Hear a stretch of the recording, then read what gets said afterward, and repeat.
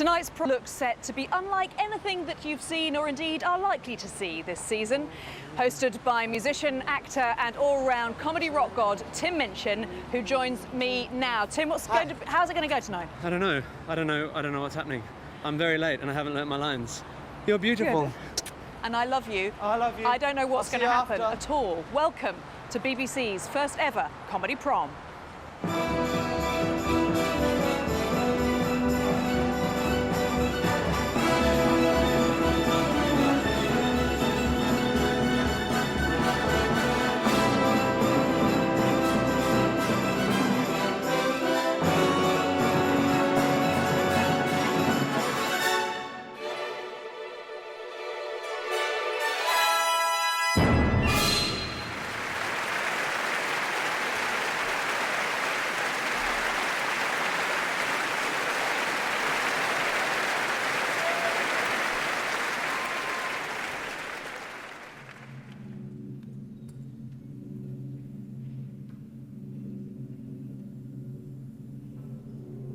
I sit here as for 20 years I've sat, wearing my music critic's hat.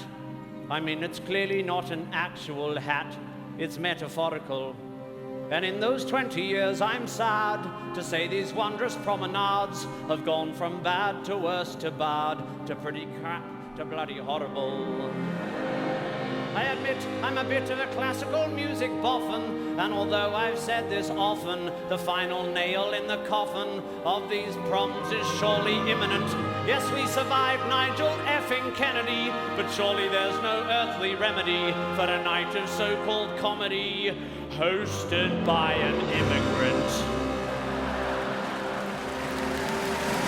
Why we insist on this tosh, it's a mystery. Classical music and laughter don't mix, you see. 160 years of history tossed away for a cheap guffaw. One of our nation's finest traditions, some of our country's finest musicians forced into humiliating positions. There's nothing sacred anymore. Classical music should always be performed, well, you know, classically, with suitably solemn solemnity, and usually in 3, 4, 2, 3, 1, 2, 3. Now we have this comedy prom. It's all boom, tish and pom, pom, pom. What are these BBC idiots on? Is nothing sacred anymore.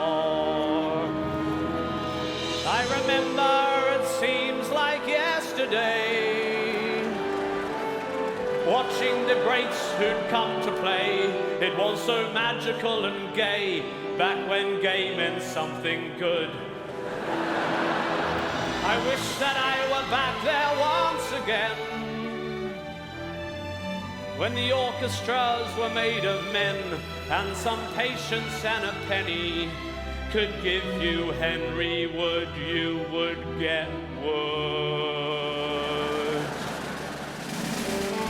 Oh, what Henry Wood would think, if only Henry Wood could think. Though he's extinct, he would have died if he had seen this. Endless rhymes and dirty puns, people drumming with their tongues. They think it's funny, forcing divas to sing penis. Penis, penis, penis, penis,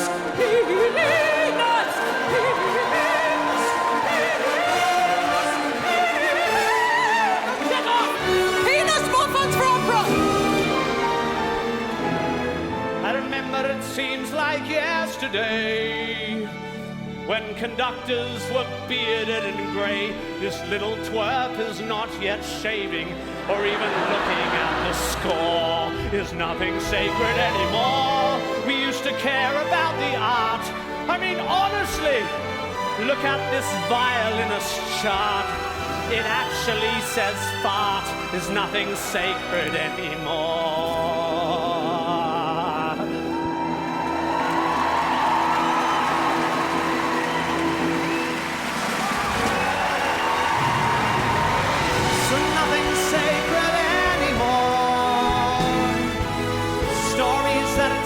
The greats of yore, sin, redemption, and the Lord, heaven's glory and hell's fires, the battle of the light against the dark, the timeless narratives that rotten, boring bark. We no longer give a fuck, 'cause nothing's sacred, praise the Lord. Oh!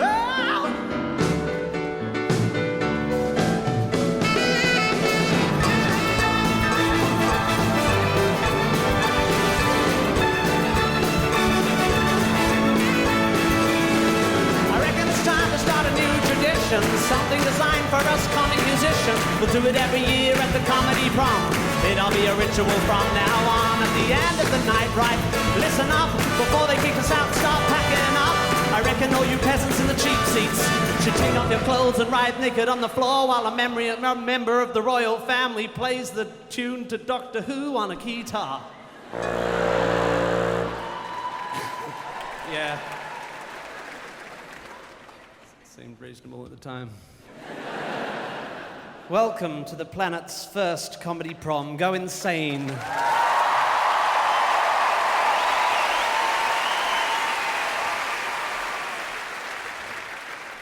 That was interesting. Something new. So, as I'm sure you all know, the word prom is a shortening of the word promenade, which is a type of drink. Like lemonade, but instead of lemons, it's made of pomegranates. The pomegranate, as you know, of course, is a fruit, the flesh of which is the same color as your liver, because it's named after the Greek myth of Prometheus, who was punished by Zeus for stealing fire, and his punishment was to be tied to a rock for eternity. That's where the granite comes from, in pomegranate. And the eagles were sent down to peck out his liver, therefore pomegranate, and the drink promenade, which Henry Wood loved. Apparently, Henry Wood loved. I mean, you could ask him, but he loved promenade, and thought it was very nice and fizzy, and therefore he named his series of classical concerts after.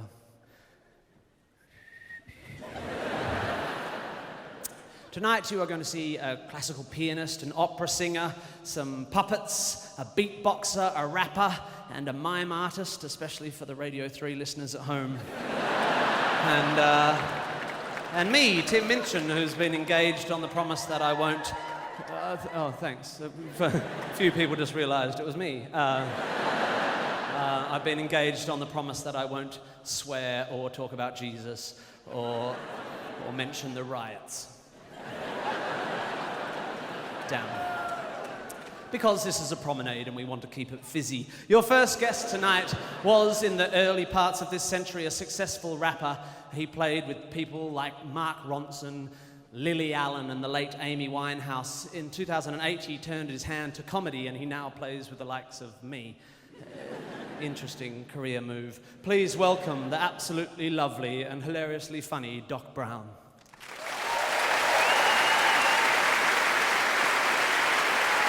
Yeah. Okay. Oh. Wow. This is a special moment for me, man. You know, I always dreamed of being like the most famous British rapper since like John Barnes, and now like with this gig, I felt it could be tricky, you know, because a lot of people they really hate rap, you know. But I'm used to that. I'm used to a bit of animosity. You know, I've been to Kent. So, you know, I was thinking, like, what should I rap about in this situation? What should I rap about? You know, politics, maybe?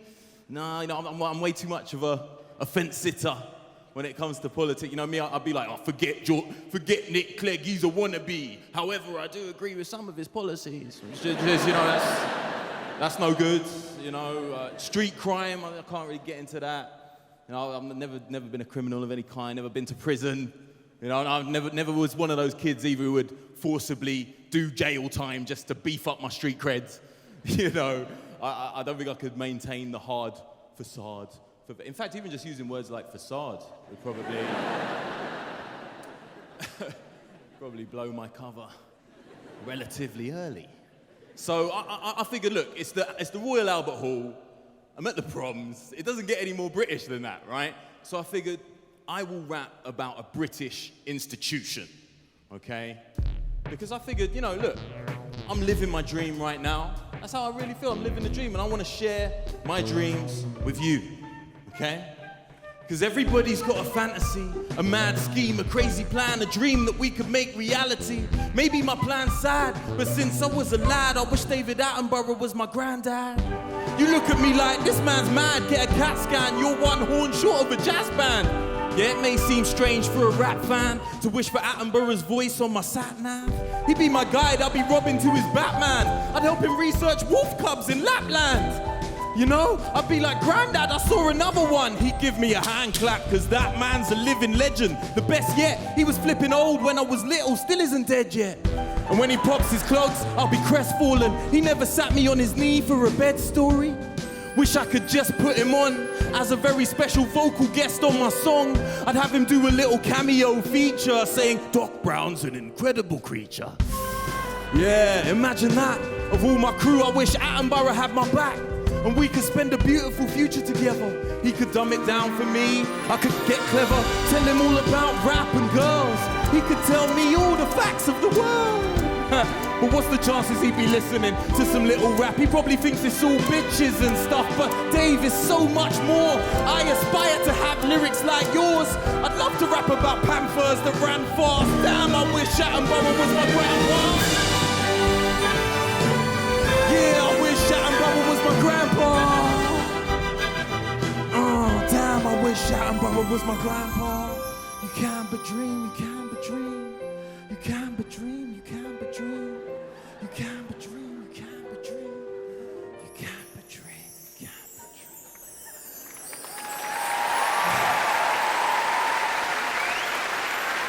Yeah.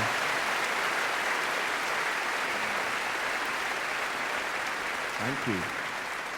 Thank you. Now, I know a lot of you think I might have been joking. Some of you may have felt that you just witnessed a man having a mini breakdown. But no, I'm serious. I mean, forget rappers. Attenborough, to me, is the greatest living lyricist there is. You know why? Because anything he narrates, anything that he narrates, for me, I feel like I can relate to it. You know, I don't know if you've seen any of his shows, but if you have, then you'll know what I mean, right? Alone.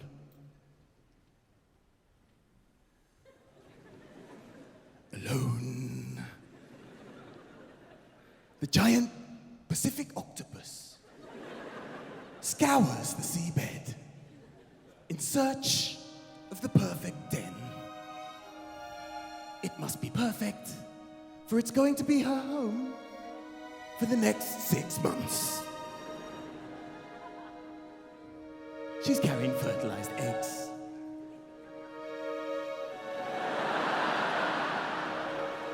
And now, happy and settled, she lays them.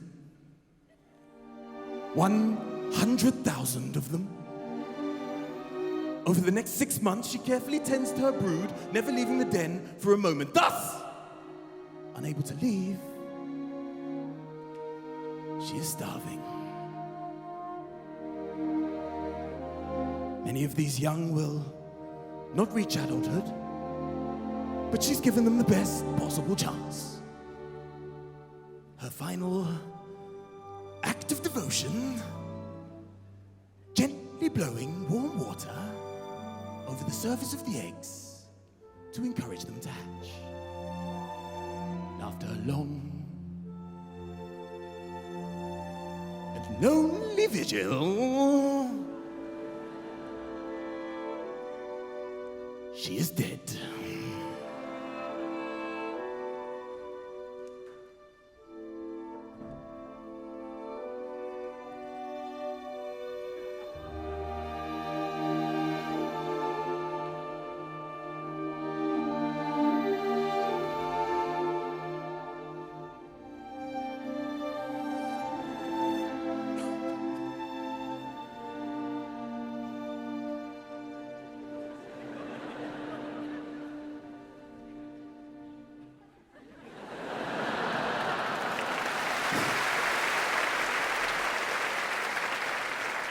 Honestly, I was sat there looking at that TV screen thinking, man, this geezer knows exactly how it is for single mums. Ladies and gentlemen, Mr. Doc Brown.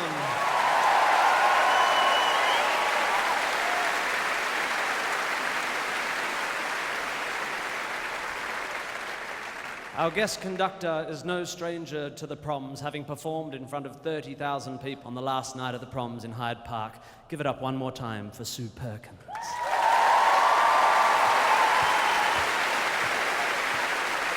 Thank you. There's an old saying, you play the Royal Albert Hall twice in your career, once on the way up and once on the way down. By God, it's good to be back. Hi. And what a way to be back. I've always thought when I play this venue again, I'd like to be in a breastplate, a horned helmet, being manhandled by a Bosnian love god, and forced to sing the word penis in a screeching falsetto. And that, for me, really sums up what Radio 3 is about. Excuse me, Sue. Sorry, ladies and gentlemen. Hello. Hello. Hi. I'm being heckled by a woodland creature. I am Nilsson the Fox, Right. from BBC Three's Mongrels. Oh. Now, could I just say, Sue Perkins, huge fan. Oh. Enormous fan. Thank you. I've seen all your work. Where to begin? Oh, dear. Just a Minute, QI, Supersizers. Oh, and of course, Maestro, the conducting competition where Thank you you. beat Goldie. Yep. That's the rapper, not the Blue Peter dog. I did actually meet once in a park. He was a bit up himself, literally. Oh, by the way, where do you stand on toxoplasmosis? Well, as far away as I can, I imagine, but... Bang! Yeah. I set 'em up, you spike 'em, Sue. Do you know what? We aren't so different, you and I, Sue Perkins. No? We're both urbane, erudite. We've eaten enormous amounts of chicken. It's true, I suppose. We've both raided bins late at night when we're hungry. We've both been chased across moorland by packs of angry dogs. We've both bitten children now and then. That's right. Now, Sue, this might seem like a crazy suggestion, but hell, I'll say it anyway. We're at the Royal Albert Hall. We've got a crowd. Would you like to sing a song from the award-winning BBC Three comedy show Mongrels, Sue Perkins? Plug, get it round that BBC Two. I think it sums up our audience, sums up the Proms rather perfectly. It's called Middle Class is Magical. Nelson, you had me at Fox.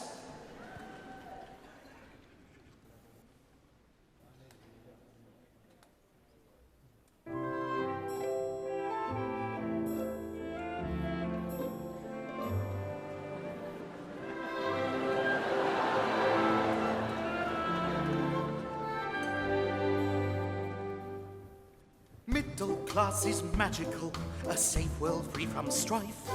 Let bad things happen to other folk while you read Country Life. Buy an Arca, wear a monsoon dress, get your food from M&S. Own an iPhone, watch Bear Grylls, take antidepressant pills. Middle class is magical, drive a 4x4 to school. Keep 3 sorts of hummus in your fridge, bake over your downstairs loo. Learn to salsa, ski and Verbier. Drink too much chili and Chardonnay. Ignore the homeless, don't mind burgers. Condescend to migrant workers.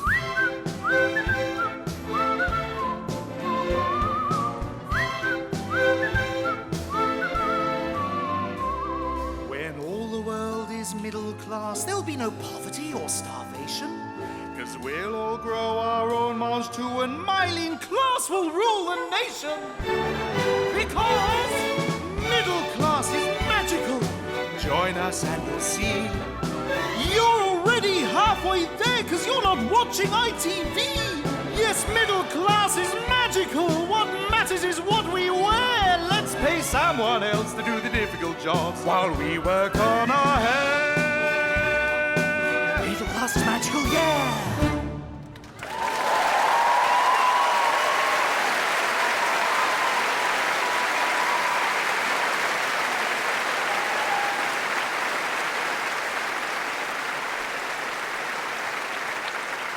To bring a little bit of solemnity back into these promenadian proceedings, I'd like to play you a lullaby that I wrote for the second half of my 2 children.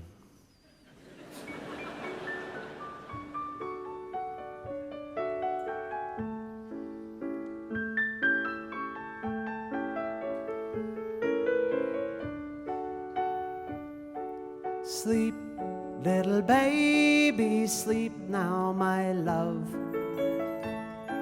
The Milky Way shining high up above. When you grow up, you will learn all that stuff. But for now, close your eyes, close your eyes. Sleep, little baby, try not to squawk. Tomorrow and tomorrow you'll learn how to walk, to love and laugh, to make toast and talk. But for now, Betty buys your blankets hand knitted with pure Angora wool. Your nappy is dry and your tummy is full of enough antihistamine to chill out a bull. Yet still all this gringing. What more could you want for? I just cannot guess. You constantly complain to me. You should feel blessed. There are children in Africa starving to death, and you don't hear them whinging. What more can I do to put a stop to this mind-numbing noise you are making? Where is the line between patting and hitting? When is rocking rocking and when is it shaking? I don't know what else I can do to try and hush you. My heart says I love you, but my brain's saying you, and hoping a child trafficker will abduct you. At least then I'll get a few hours in bed. I've shushed and I've cooed and I've even tried to sing oh bloody oh blada in the exact voice of Ringo. Now all I have left is to hope that a dingo will sneak in and rip off your fat bitching head.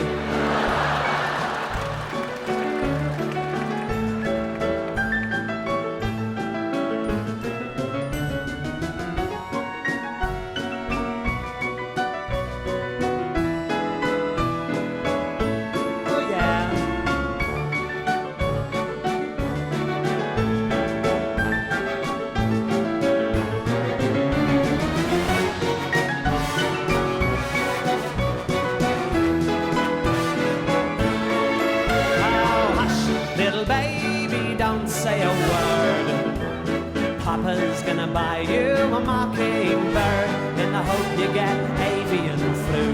The nice folk in A&E will take care of you.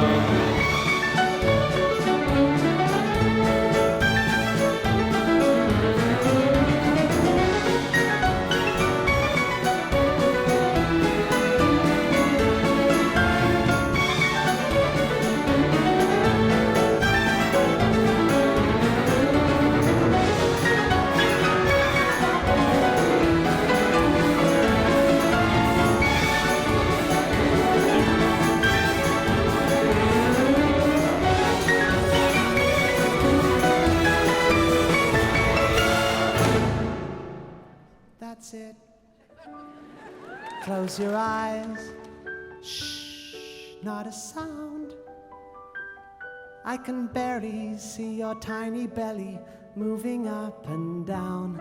One thing they don't mention in the parenting book: your love for them grows the closer to dead they look.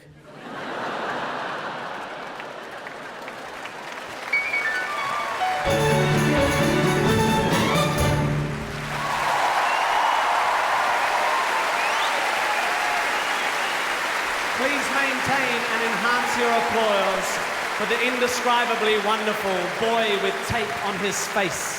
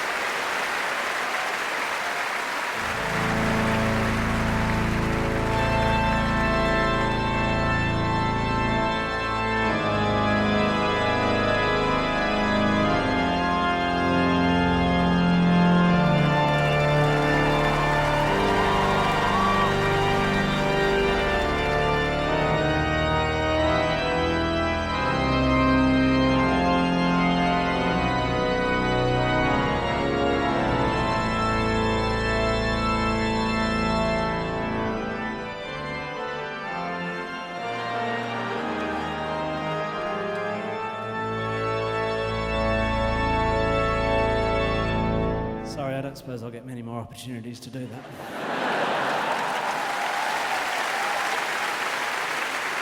That's Light My Fire on the Royal Albert Hall organ. That's, I think I can tick that off my bucket list. This next duo have been compared in the press to a modern-day Flanders and Swan. This baritone and his little skinny pianist have been all over the country and are really the kind of act that represent everything a comedy prom should be and would have been if my agent hadn't have slept with the head of Radio 3. Please welcome the beautiful Kit and the Widow. Good morning.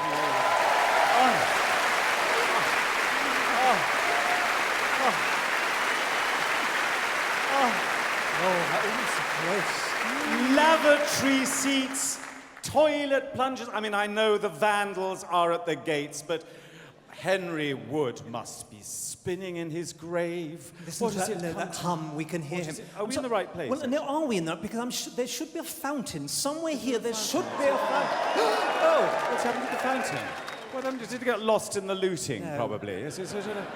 No first down market and now no fountain. Do you think we could help by trying to raise the tone? Raise the musical bar. This is the Albert Hall, for God's sake. These are the Proms. My plan is we should include some music by the man who is, I think, probably without question, the greatest composer alive in this country. In this country and Europe and the world. Intergalactically. Intergalactically. His brother was playing his cello in this. Oh, yes, some dreary bits of Holst. There was a little bit of that, but that's not the same. It's not the same. It's not the same. Not the same. I refer, of course, to Sir Andrew Lloyd Webber, may his tribe increase. So I beg your pardon.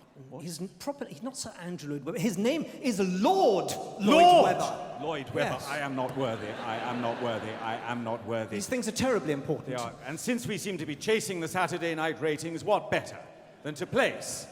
Well, I think if you could just remember that his name is Lord Lloyd Webber, Baron of Sidmoughton. I think that will help. Baron of Sidmoughton. Yes. Baron. He's styled Baron. Nothing to do with his musical imagination. He's just styled Baron. And in these concerts, I think his place is rightfully here. We shall use his formula now, when we shall share with you, good promenaders, tonight. You too can write a great West End score. Steal it from somebody else. The public will clamor, the public will roar.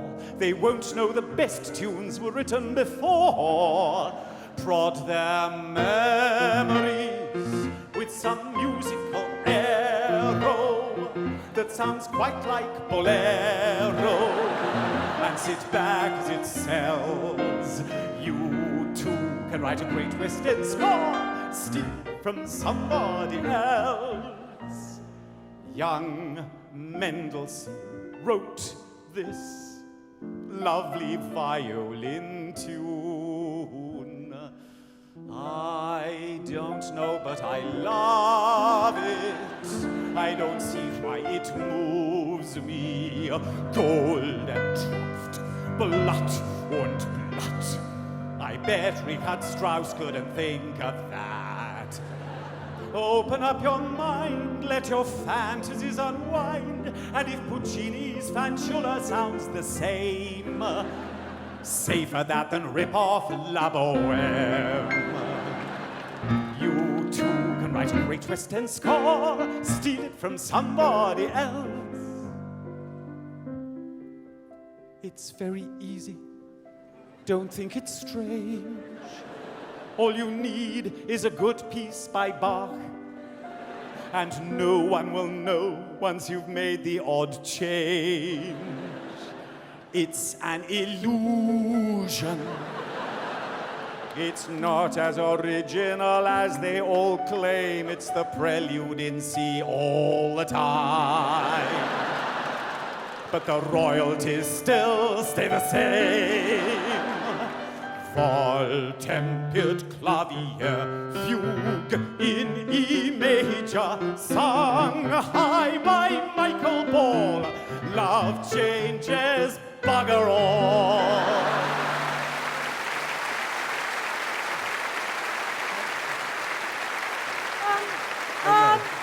No, there's trouble. There's trouble. Excuse me. Trouble in the mosh pit. Sorry, There is a ladies and disturbance. Security. We Sorry, have trouble. excuse me, Mr. Hesketh Harvey. What, I what? need to have a word with you. What? Do you realize who this is? What? It's Bullock. It's the Bullock! There's a rogue Bullock. Do we have a matador in the house, ladies and gentlemen? The leading Wagnerian soprano of her generation. What are you doing down there? Never mind all that. I need to have a very strict word with you two. So I Are you one of them? cannot concentrate when you're dressed like that. Excuse me. What is this? Trousers? Trousers at the Albert Hall. Darling, the thing is, you're a soprano. And you're dressed like a mezzo. Excuse me. Excuse me. Do I look like the sort of girl who's about to break into a da capo aria? Let's only hope not. Now look. Can I just say, aren't you 4 weeks early? Well, yes, I'm just getting a bit of practice. She's doing the last night, ladies and gentlemen. Yes. This is it. Exciting. Oh, look.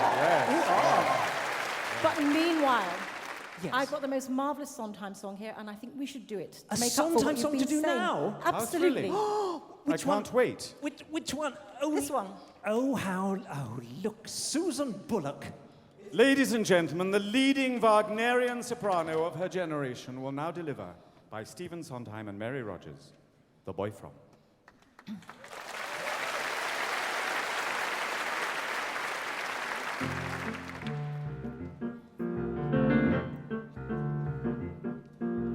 Tall and slender like an Apollo, he goes walking by, and I have to follow him. The boy from Tacarembo, la Tumbe del Fuego, Santa Malipa, Zacatecas, la Junta del Sol y Cruz.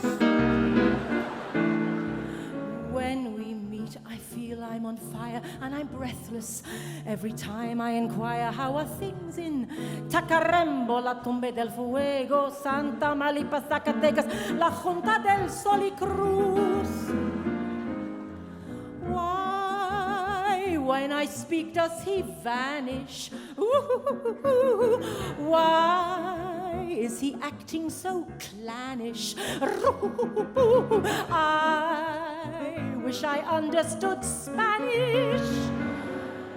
When I tell him I think he's the end, he giggles a lot with his friend. Tall and slender, moves like a dancer, but I never get any answer from the boy from Tacarembo, la Tumbe del Fuego, Santa Malipa, Zacatecas, la Junta del Sol y Cruz. I've got the blues. Why are his trousers vermilion? His trousers are vermilion. Why does he claim he's Castilian? He says he's Castilian. Why do his friends call him Lillian? And I hear at the end of the week he's leaving to start a boutique. Though I smile, I'm only pretending, 'cause I know today's the last I'll be spending with the boy from Tacarembo, la Tumbe del Fuego, Santa Malipa, Zacatecas, la Junta del Sol y Cruz. Tomorrow he sails, he's moving to Wales to live in Llanfair, Pwllgwyn, Gillgoger, Windrobwys, San Dicilio, Goch. Oh.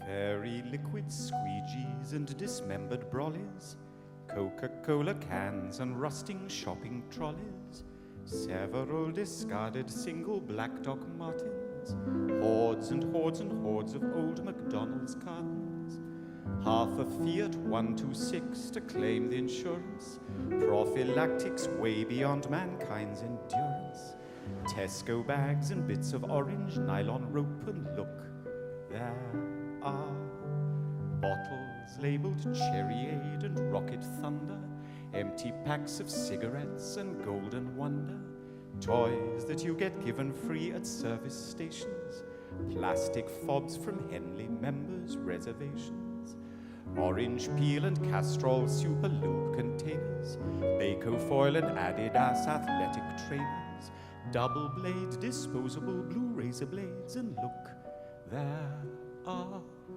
part disintegrating bits of perch and tensioned floating recent life that won't bear close attention, shiny pools of manganese and benzo chloride, sulfurous waves of petrofluoride, sewage treated and untreated in profusion, drainings from an engine sump in part solution, old car batteries sitting on the glorious placid shoreline, leaking acid, and washed down from lovely shimmering Derwent water, one whole sheep marked radioactive, do not slaughter, canisters with skull and crossbones part revealed, canisters unmarked just saying Sellafield, banks of vegetation standing rotting sweetly, banks where vegetation's given up completely.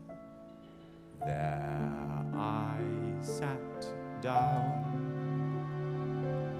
and I saw a swan of purest whiteness gently lying, saw a swan of purest whiteness slowly dying, saw a swan enmeshed in bits of angler's twine, poisoned by the lead weights on a fishing line, and many people rushing forward who cried to see it, many people rushing forward who tried to free it, saw the swan who lifted up her fading head, saw them gasp to hear her as she quietly said, "You'll no doubt have heard how swans refrain from crying up until the moment that we find we're dying. Charming, but as you can see, by then it's not much use.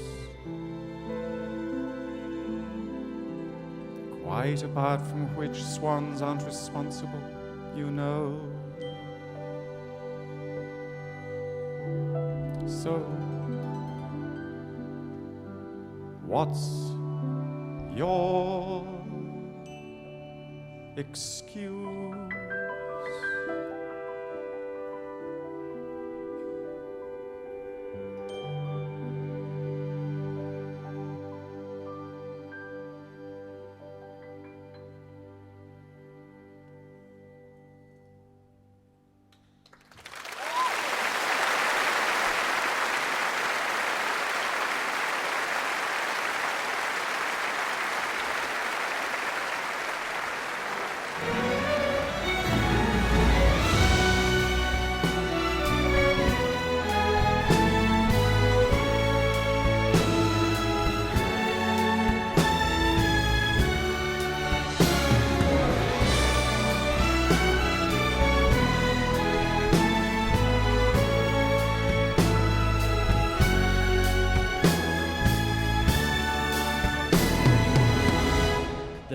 The incredible pianist Danny Driver and the conductor Andrew Litton are both world-renowned artists working at the very top of their field.